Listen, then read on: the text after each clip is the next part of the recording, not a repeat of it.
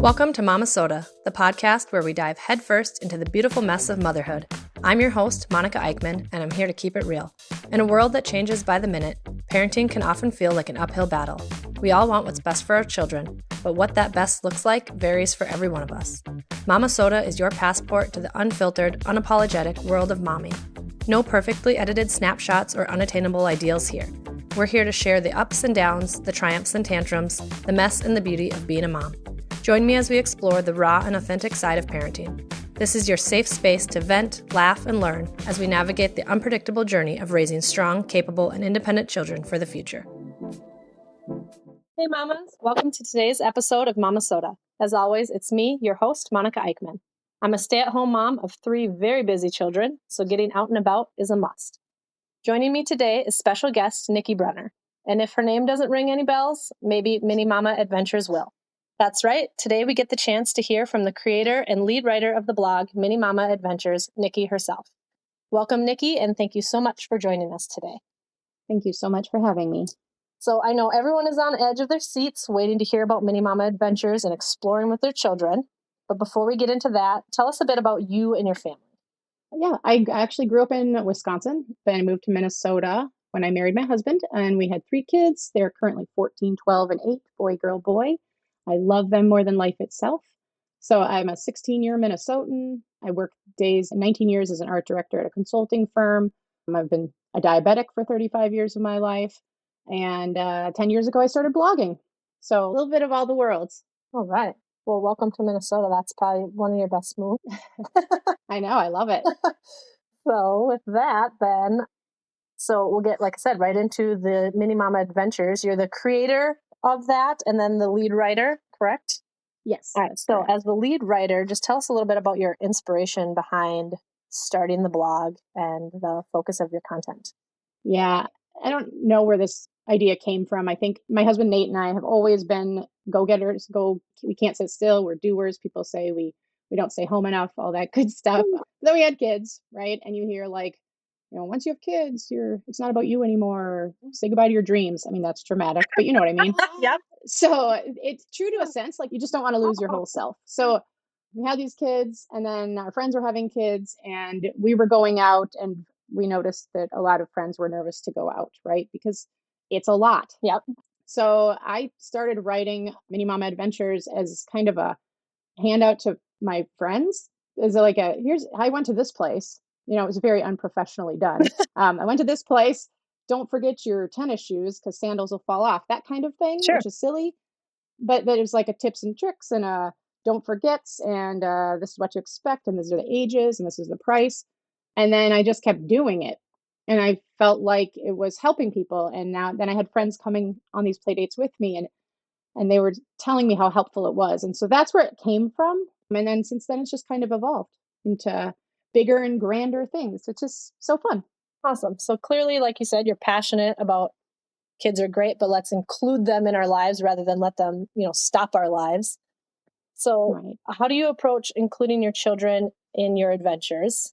And then what are some of like the most memorable experiences you've had as a family? Oh my. I think including them into our adventures is like doing things like planning them together. I think that that's really important. It's a mutual respect thing. Sure. I'm not going to force all the time unless like we really want to do this big thing and the kids don't want to do it. But planning together, I think, has helped.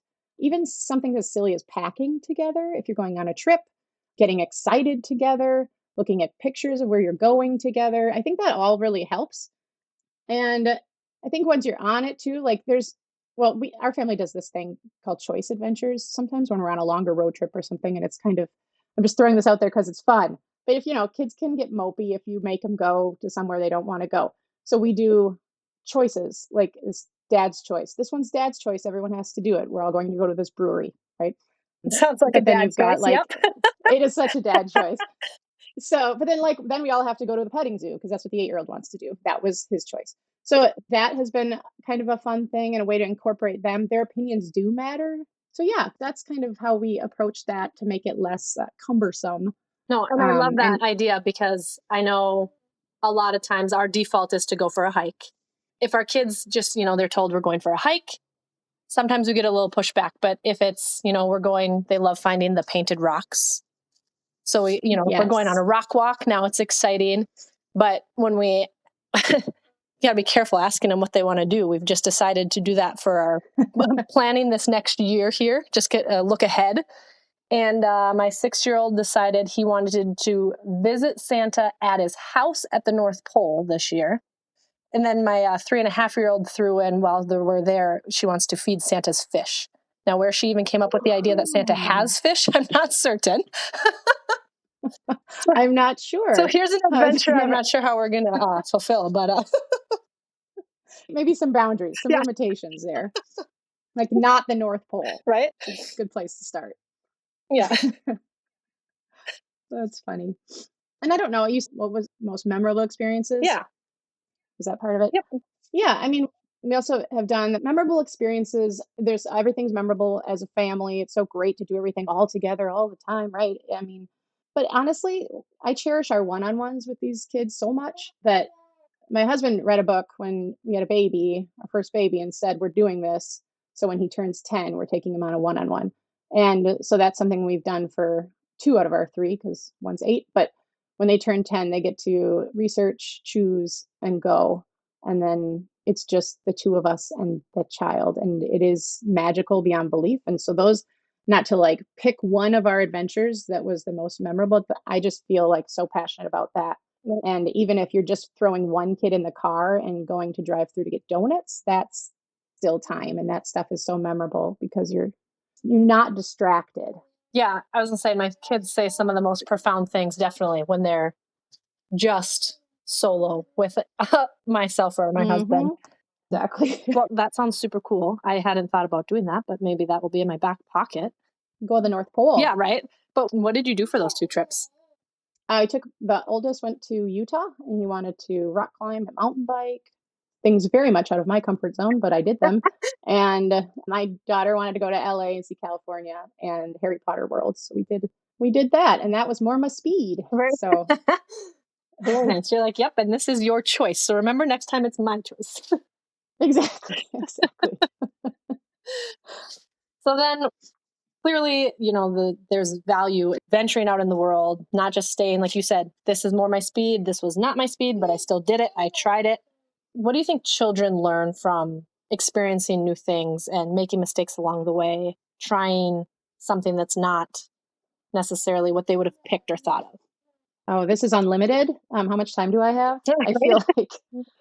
I feel like they learn everything. They can learn everything. I'm just thinking of things that our kids have learned from just being tossed into this world of like not the 4 walls of our house, and it's resilience to things, problem solving. I mean, problem solving has been, when you're not coddling, babying them, it's like, go ask that waitress for a fork. You dropped your fork. Silly things like that. I feel like that is growing them in such ways that we don't even realize. Again, organization, our kids are very good at that because they want their stuff in a place and they want to remember if they bring a stuffy to a play place, like, don't forget the stuffy or it's on you, right? I know that's giving them a lot of responsibility, but it's part of the process. We believe in an open-mindedness, question asking.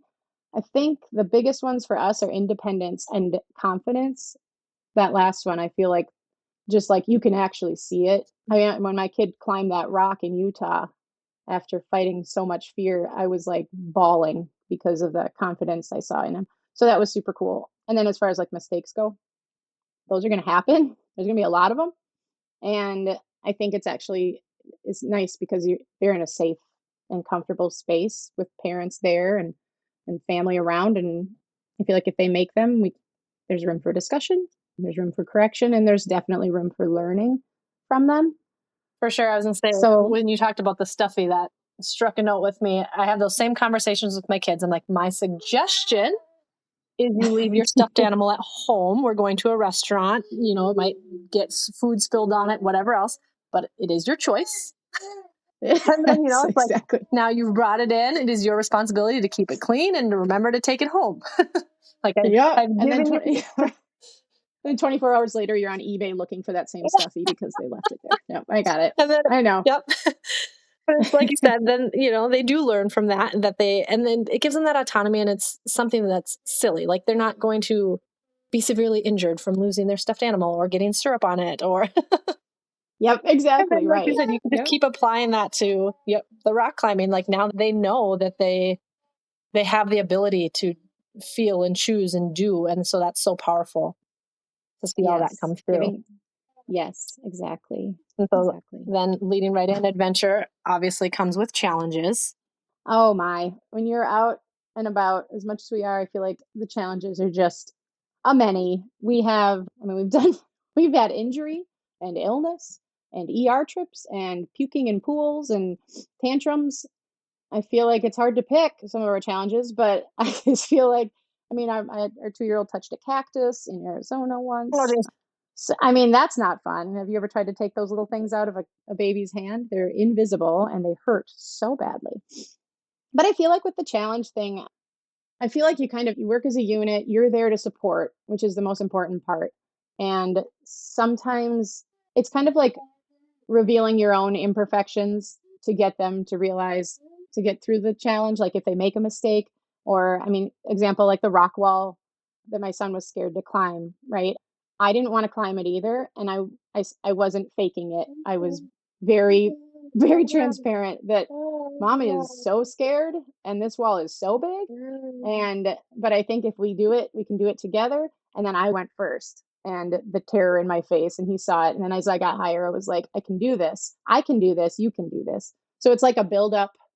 I feel like that gets them through a lot of the challenges. As far as like touching a cactus, that one's just like, figure it out. We don't have a tweezers. And you just have to learn. With kids, I feel like you do have to learn how to roll with punches more than anything else in the world. yep. I would say So, learn as you go is a yep, big, totally. big motto at our house. Like, you're learning, mom's learning. This is a new experience for both of us. So, And like you said, just admitting to your child that you're not perfect, or you're not, like you said, I'm afraid too, but I'm willing to try it. We're, listening to our body. We'll get through it together. I think it's super empowering for our children to not just view us as like these superhumans, because right. that's where I think they get some of the, like, I can't, and Yeah, or a fear of disappointing or something, yeah, you see that, and it's, there'll be moments that we'll be disappointed, but vice versa, right? yeah, So, yeah, right. And as I say, I think that's a huge part of building their confidence, knowing that it is a process and we're on that journey with them too. yeah, exactly. Yeah, and we can set our bar as low as we need to for these adventures. So, that's a personal choice. That's, if you have expectations that are through the clouds, then you're not going to have a great time. I would say that's So, kind of my adventures. I'm like, give myself grace. yep, Give there you myself go. grace. That's exactly it. So that's kind of the next part. Parents are, hesitant to embark on adventures. Even just right now, the biggest one I see I go to a group that we play in the woods once a week all year round. And the biggest one is the drop off. Now, this winter's been a little bit different, but the drop off you see with, the snow or the cold, and not figuring the kids can't handle that. It's like we're kind of taking that choice away. But when we see that hesitation, what would be kind of your biggest piece of advice to encourage the parents to just go for it?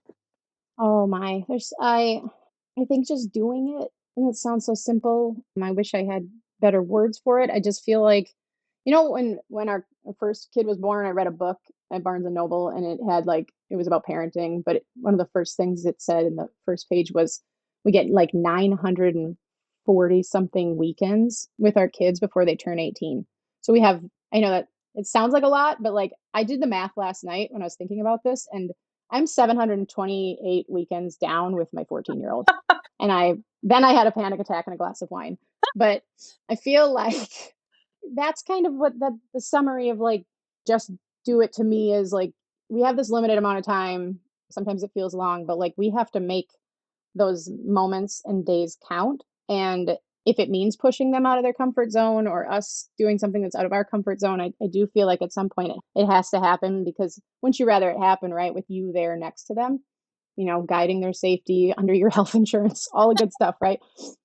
But I feel like, and then also like just remembering long term, big picture, the good almost always outweighs the bad in choices like that and challenges. that the hesitations, just have to remember at the end of the day, like when you go running, you feel great afterwards, but you didn't want to do it. Yep.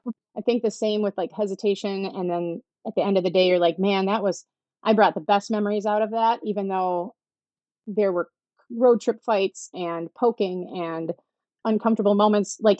The long lasting stuff is so important. I was, And not, you'll never regret doing it. I was gonna say, I see like it brings me back to the question that people have with like so many things in life of like, when is the right time? When is the right Yeah. time to get married? And when is the right time to have that first baby? And when is the right time to buy the house?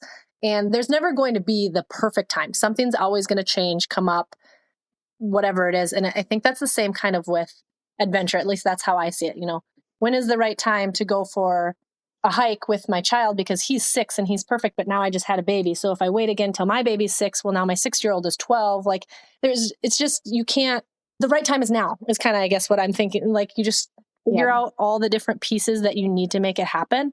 And like you said, go for it. Yeah, just go for it. I mean, there's definitely things that if you want, like we're waiting to bring our kids to New York because it's a big city and they have to be able to walk 10 miles a day, right?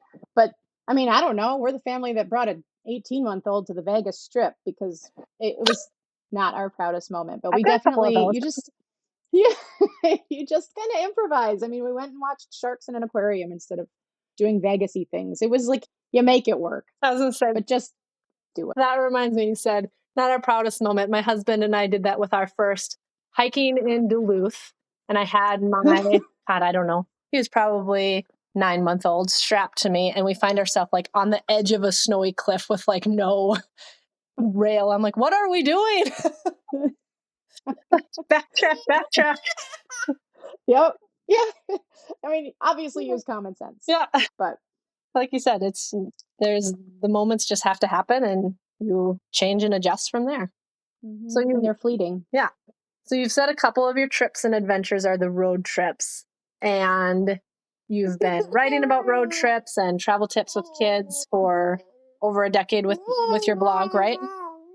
Yeah. So give us some essential, because road trip is actually one that I have not done with my children. Nothing longer than like 2.5, 3 hours has occurred yet. We've gone by plane. So what are some of your essential road trip tips? Planning. Anyone that knows me knows it's almost a flaw, the planning. And my husband says I make lists for my lists, which is kind of true. But planning ahead, like no one wants to be, panic packing or, missing a deadline for buying an entry somewhere. So planning is big. There's a million ways to do it. I mean, we have social media now, so Instagram, Pinterest, you name it, Google. Like just get out there, kind of figure out what it's going to involve. And then also, like I said, get the kids involved in that planning part. That's always makes it more fun. I'm an early packer. That's just something, we're leaving for a trip on Monday and I haven't packed yet and I don't know what's wrong with me because it's Thursday. I'm so the that's opposite. abnormal. We're leaving on Friday and I haven't packed it. I'm such a procrastinator. That's tomorrow. Yeah. My husband has asked me to pack for about a week. And I'm like, well, I'll get it done. I know what I got to do. We will get it done. We will get it done. It's just, it always happens. But as far as like getting, like, I know we're never, you always have a bag. You just don't know what's in it. Yeah. But as far as like road trips specifically, I'm a big Google mapper. So my husband and I will go look at like our destination and find, because we know the ages of our kids and our realistic expectations are that we will be needing to stop.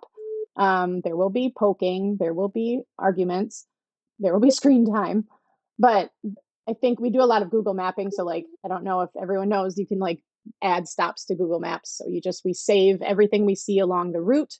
And then you can, like, for efficiency's sake, like plan out which stops make the most sense. So we're in the car the least amount of time. There's a lot of breaks. There's a lot of rests. There's a lot of get out and walk because you have too much energy for the back seats. I don't know, but like we did when they were younger, we would bring, all the things you read about. We brought new toys and then we would bust them out. And it was like that would kill some time. Oh my gosh, snacks. Snacks are a godsend. Things like, I don't know, like we've done silly things where once we get to this city, everyone gets a little present. and it was like a yo-yo or something. And so kind of sort of tried all the things, but realistically, it's just stops, a little bit of entertainment, and having your expectations. I didn't really give that many tips because honestly, we just power through it and eat a lot of snacks and stuff for ice cream and just make it happen. And then we always like they say the destination is part of the journey is part of the trip. And it's true, but like once you get to the destination, then you're gold. So it's a matter of just doing it, powering through, giving the kids some like song. You pick the song this time, and you pick the song next time. That kind of thing. Road trip games. I grew up with road trip games. We play those for a little bit. I don't know. We do a lot of road trips, but I'm not going to say they're always glorious Yeah. because they're not. It's like the run. You don't want to do that part, but afterwards it's all great. Yeah. Yes. You got to There's a theme here. But I think if you exude the joy and the excitement, and then it just is, through osmosis, everyone, gets excited. And so I just try to keep that level up there, which is hard as a parent with 3 poking kids in the back seat. But I was saying with that, what kind of vehicle are you taking on these road trips? I know. I swear by my Honda Pilot, that thing's got 3 seats, and if one's poking the other, I throw them in the 3rd seat. Yep. It's beautiful. You're like, all right, demoted. Yep, that's right. Or I sit between them. That's their least favorite thing in the world. I'm like, I'm going to sit right here. Mom's coming. All right, so we've kind of touched on a little bit, just, going for it or just do it. And I know that resonates with you big time, resonates with me, definitely. But how do you push through reservations and fears when it comes to trying new things or going on a new adventure? I don't know. I mean, realistically, like when you're new to it, if you're newer to it, there is that hesitancy. I strongly advise bringing someone with you. Bring some help. My sister and I had babies at the same time, and she came everywhere with me. And that multiplied doubled our chances of a meltdown because now there's 6 instead of 3. And it didn't matter because you were there together. You figured things out together. If things go wrong, misery loves company. Figure it out easier. So that's something that I advise, I guess. But overall, just not letting fear kind of rule your life. Again, and just like running, here we go again. I think it gets easier as you do it more and, easier with practice or however you say it. What if it's horrible? Yeah, you can live like that, I guess. But what if it's not? Like, what if it's amazing? I was gonna say that's the big one. Is I love that actually, because if you don't do it, don't go, you'll never know what you missed or what could have been. Or like you said, what if it just is great? You had all of the, you're preparing for the worst, which is fine. And you're thinking about all the things that might go wrong and how you might solve that. But what if it just goes perfectly? Like, then what? Yeah. Now you just have this great experience, great adventure that you just went on. Like, awesome memory. Right. It wouldn't have happened if you let, fear stop you. So yeah. I think that's the biggest part of it is like all the what ifs and just saying, yeah, but what if insert positive thing. Right. Yeah. And I think that brings me back to like the winter thing too. And then just like giving yourself grace is we talk with some of the moms and whatever is it's fine if it took you 20 minutes to pack up all your gear this morning, get in the car and get, dressed for the weather and you were outside for 10 minutes. Yep. So what? Right. Right. You did it. You did it. And that's an accomplishment. Yep. That's success. And you pat yourself on the back. Nope. Like you got outside. It'll be easier the next time. And it's like you had to spend the 55 minutes of that day doing something anyways. So why does it matter that you spent the 55 minutes packing up your stuff and being outside for a little bit? I know it's not a fail. And I wish it was not viewed that way. Like nobody's failing. You're doing your best. And sometimes that best ends beautifully with like 5-star success. And sometimes you get like half a star and it sucked and everybody cried. And that's just part of the trying, like try it and then learn from it and take that into your next adventure. Yeah. And so with that, you've talked a lot about planning and, figuring out a lot of the logistics there.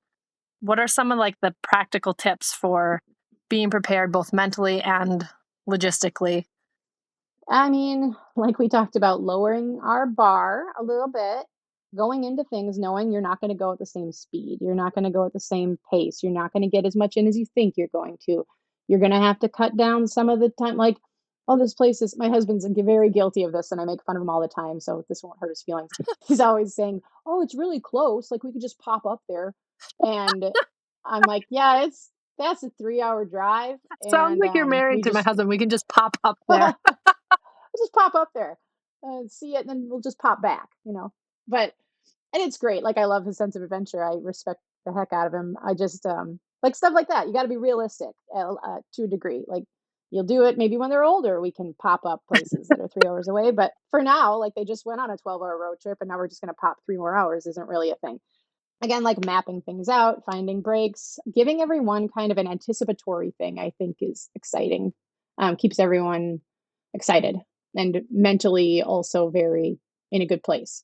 So, like, if you tell them, if you have a discussion about expectations for the trip and what we're going to see and where we're going to go, and then including things that they can look forward to. So, like, near future things, not like in 3 days, we're going to go to this amusement park, but instead, like, in 2 hours, there's an ice cream shop up here, and we're going to.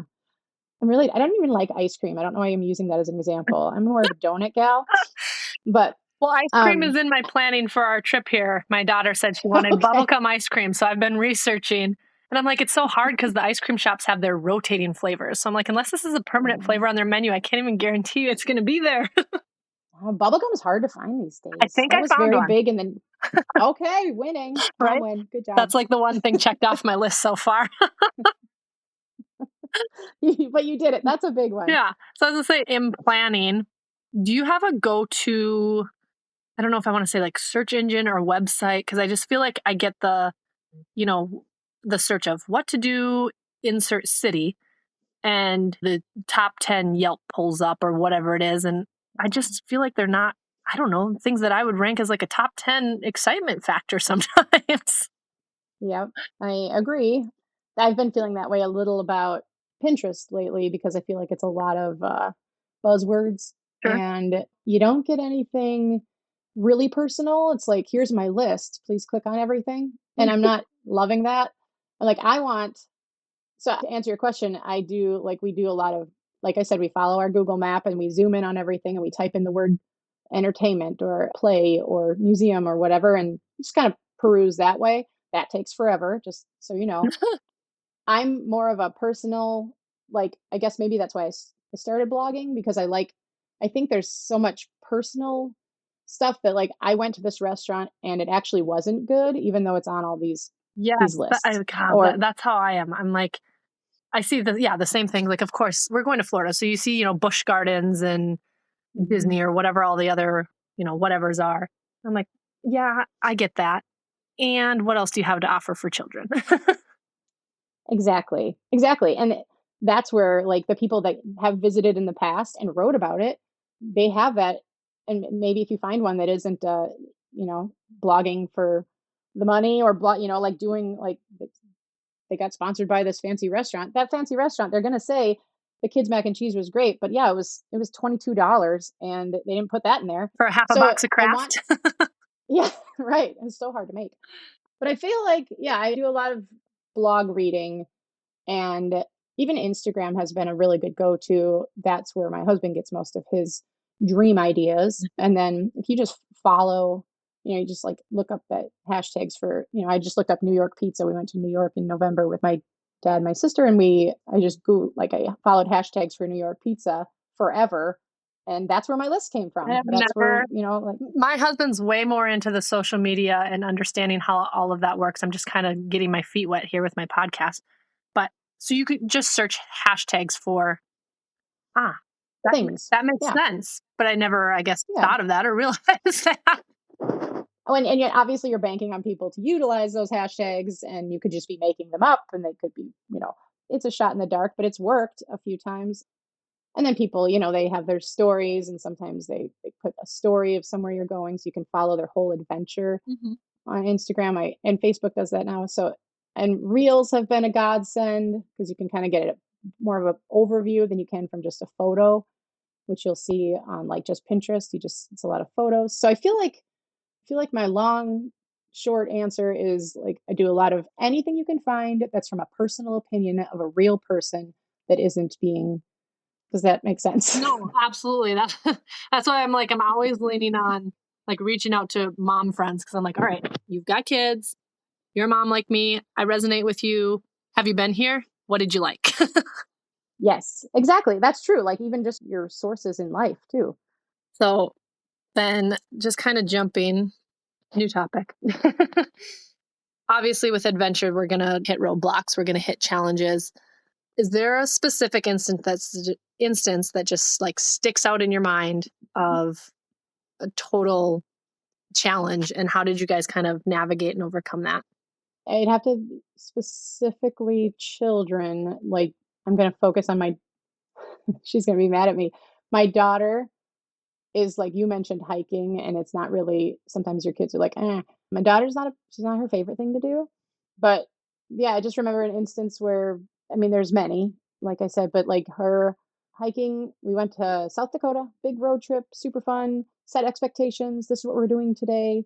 She got her choices, and then like me our parents' choice was to hike Cathedral Spires, which was, like, on my husband's bucket list. It's not a hard hike, so, like, our expectations were fine, and the end result was supposed to be beautiful. I say supposed to be because she refused to walk. So, my husband and the boys walked up, and I was, like, with this very pouty. I remember it. I remember her face, I remember her outfit. It was so dramatic and so disappointing. But it was kinda like in that moment, right, where she just, like, refuses. She sits, that's it, that's the end. It's too big for me to carry, I don't know what to do. I feel like in that moment, I had to make a choice, just like every moment of a mother's life, your decision making, and I am thinking, "Okay, I'm still in South Dakota, I'm still on a hill, the car's not that far away, it's beautiful out." So, like, I guess in that moment, I chose not to be really, really angry with her, which has happened. Yeah. So, this is not always the case, but I think if you just give it I gave myself a minute, and we hiked back down the hill, and we played games in the car, and we ate snacks in the grass, and we walked to the cliff and looked at the view from, like, the very lowest spot, which wasn't very fantastic, but whatever, and I think it was kinda like one of those it turned into, oddly enough, I've still never seen the top of Cathedral Spires, but I feel like that like, just me and her doing that was like, "Oh, this was kind of cool." This was we've I was able to flip this and not get angry. She was not in the place to do it. So, I mean, as much as I don't wanna always just cater to my kids, that was a moment where I was like, "This is not happening, and if it does, it's going to be miserable." She did the same thing at Sleeping Bear Dunes, by the way, in case anyone was wondering. This is a pretty common thing. But in this moment, I was able to flip it, and I think that that's kind of important, deep breathing. Yeah, well, Parenting's not always a cakewalk, no, you it know? isn't. And as I say, So you talked about, the magic of just sometimes those one-on-one moments. And that'll be something that even if she doesn't understand still right now, like you'll be able to have that conversation with her in the future of, you remember when?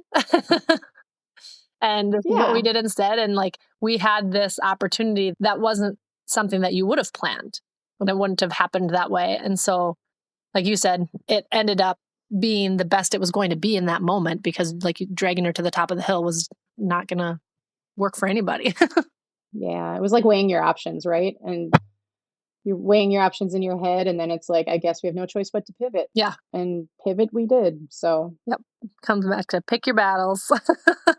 totally, that's it. Yep, not gonna die on this hill today. Right.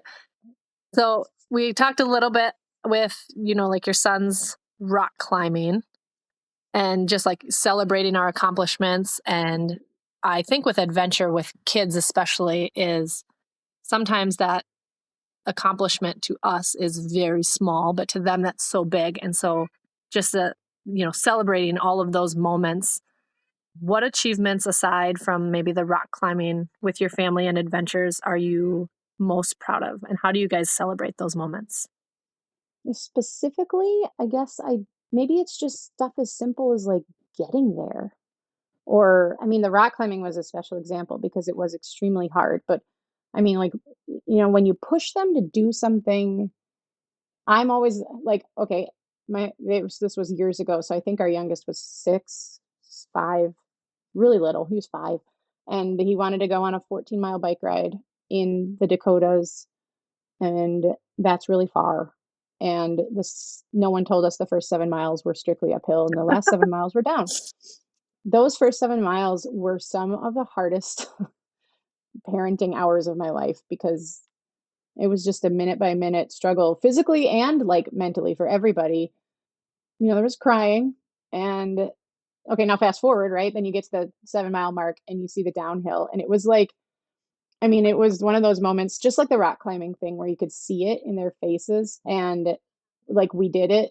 That was really really hard and again seeing the confidence. That's the thing that I just like when you go and you experience and you succeed, the confidence is like, "Whoa, that really just happened," and I can physically see it, what it's doing to your body. I was going to say, And a transition I've in my own head just recently that you're bringing up here is, I mean, my oldest is only 6.5, but I tell him, make yourself proud, because there was moments when I'd tell him, like, make me proud or whatever it is. And I realized like, that's like a huge burden, I think, to place on your child. And I yeah, was doing that.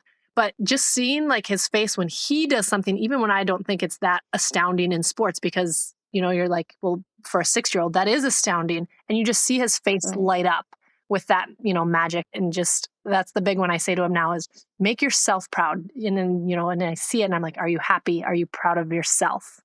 Yes, I love that. I love that. I just had a friend teach me that if she said, "I'm proud for you," and I was like, "Oh, that's cool." I would have said, "I'm proud of you." But she said, "I'm proud for you." And I thought that was kind of a neat little spin. So it's similar Yeah, I was gonna say, it's just a little tweak on the idea. way you deliver that message. Yeah. That's the stuff that sticks. Yep, So it does. I don't know. So I guess we celebrate our moments by, I think, seeing it, the happiness of each other. Like when you really like each other, and I think we do most days, it's nice to see the thriving and the happiness and the joy. And that's on top of all the growth that comes with it, right? So that's an accomplishment in my mind is like I celebrate by looking at how much they're growing physically, socially, independently, all those things. Plus, we always go out for pizza after we do something big. So Pizza celebration. that's I a like that. Oh, that's why we have to pizza. We're a hashtag pizza New York family. pizza. You got it. Yep. Pizza. Anywhere, everywhere we go, you have to have the pizza. Pizza. All right. Well, okay. You got any top pizza spots in Tampa area of Florida? Oh no, but I will find some for you. Well, with Mini Mama Adventures and just your family in general, any upcoming projects, exciting plans? I know you're going on a trip here. Anything you want to highlight? Yeah, I mean, if you want to learn all about Huatulco, Mexico, that's where we'll be going next week, and I plan on doing a lot of stories about that. But longer term, I guess we're kind of switching, not switching. I'm still doing a little of all the things, but the kids are getting older, so it's more of an older kid adventure, but not strictly because I still have an 8-year-old. But we're a lot more of the travel, road trips, tips. I still love to feature businesses, places that I respect and I think are doing a great job, local things, supporting things that I believe in. I'm trying to do a date night series. That isn't, I need more date nights, but that's, don't we all? Yeah, well, that's And in the back of my head, I have always wanted to write a book. So I'm throwing that out here on this podcast so that everyone can hold me accountable. we can all Please. tell you. Where's the book, Nikki? No, I'm getting to it. But it is a dream. I would love to do it. Would that be kind of But like a compilation of your like travel adventure tips, or what kind of a? I'm thinking less tips and just more stories, more like you're not alone, relatable. I feel you, sister Okay, I stories. like that. So that's the long term goal. And when I say long term, it's probably like super long term. But we'll see. No, we're all going to We'll hold you see. accountable now. You threw it out Oh, there. now see, now I'm nervous. I'm nervous. All right. Well, with that, then, any closing thoughts, anything else you want to share about passion for adventure, experience, the biggest, I guess, message we can leave out there with all our listeners? I guess just like the tagline of Mini Mom Adventures is like amplifying your adventures with children. Amplification can be good, it can be bad, but it's amplifying it nonetheless. So, like, I guess take the trip, buy the ticket, do the research, get excited. Those 940 weekends, we already talked about that. I feel like do it before you have time to overthink things too. You know, just don't go into the what ifs, just do it and then see what happens. Yeah, that So, weekend thing is profound. That's definitely something that would be something that I'll try to bring up to my husband, and he'll be like, "Yeah, I know." I'm like, "Oh, okay, thanks for sharing that right. with me." Yeah. That would have been good to know. Yeah, because he's very much a planner and very much there's this many hours in this of what I'm doing and how many minutes I have to do this. I'm like, I'll grab the bag and get packed. I like it. I think your husband and I would get along very Yeah, well. so we all just compliment each other. Yeah, I love it. I love it. I don't know. Yeah. That's it. I guess that's it. Preparation is key, but also leaving room for spontaneity. Sometimes that's where you get the most beautiful memories. But Well, that's great. Nicki, thank you so much for sharing with us your tips and everything with that. And thank you, of course, our listeners. And with that, just keep doing your best. thank you for having me. This was fun.